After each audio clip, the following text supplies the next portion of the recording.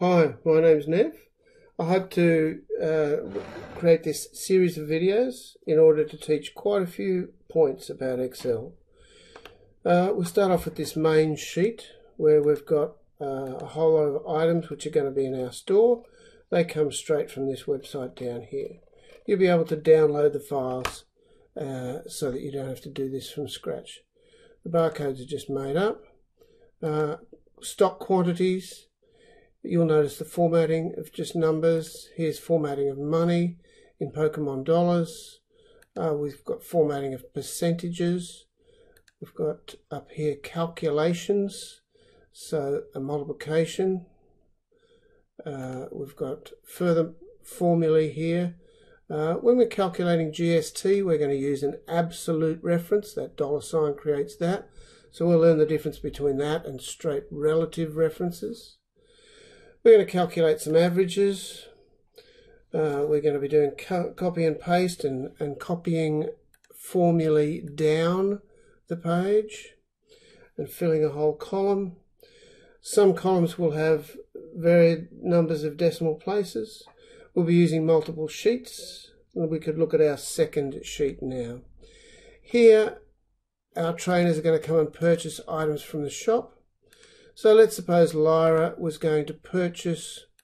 We can have a list here. This list reads what was on the previous page. Now at the moment that item is $440, but you can see the total is 0 because we haven't ordered any. If we were to order 2, then as I push tab, the price doubles. The total over here for Lyra is going to be 2 of those plus 2 of these, which is another 880. That counts for the 1760 here. More totals. So that page there is quite dynamic. The formulas here are called the drop down is part of validation. And these formulas here are what we call VLOOKUPs. We're going to be looking at these error functions as well. Most of the rest of this is simple multiplication and divide. That is relative. Okay, if we go to our invoice, we look at these fields here. Everything depends on which person the invoice is going to. My drop-down fields are in yellow. Dawn has only got one purchase. Immediately it looks it up. Let's just have a quick look and go. There's 3 purchases. Oh, they look all the same. Let's go and change one of those and make sure that it changes on the invoice. So Shahrazad, back here to the trainer purchases. Oh, there's none of those. So let's buy 2 of those. This, we've got the same thing, so let's just make sure that that's something different. And again, let's have 3 of Revive. Okay, pretty extravagant.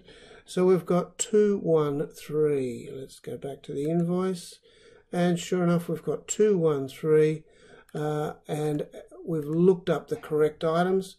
Those item numbers are being looked up from the price list page.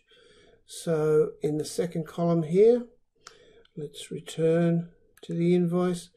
So it's quite complex but you can see that the invoice will generate for each particular trainer that we have. And then lastly, we want to create some graphs and be efficient in our graphing. I'll explain these later on. So we'll start with virtually blank. I'll give you templates for these that you can download. Most columns will be blank, and we'll work through bit by bit, and I'll try and keep each video as short as possible.